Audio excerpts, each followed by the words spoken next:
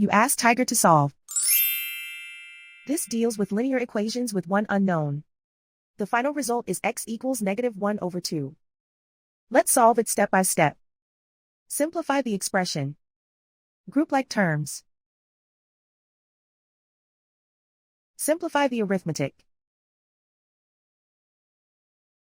Group all constants on the right side of the equation. Subtract 3 from both sides. Simplify the arithmetic.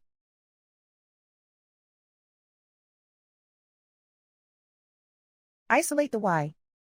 Divide both sides by 6. Simplify the fraction. Find the greatest common factor of the numerator and denominator.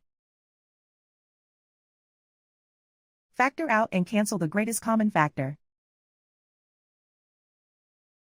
And so the final result is x equals -1/2.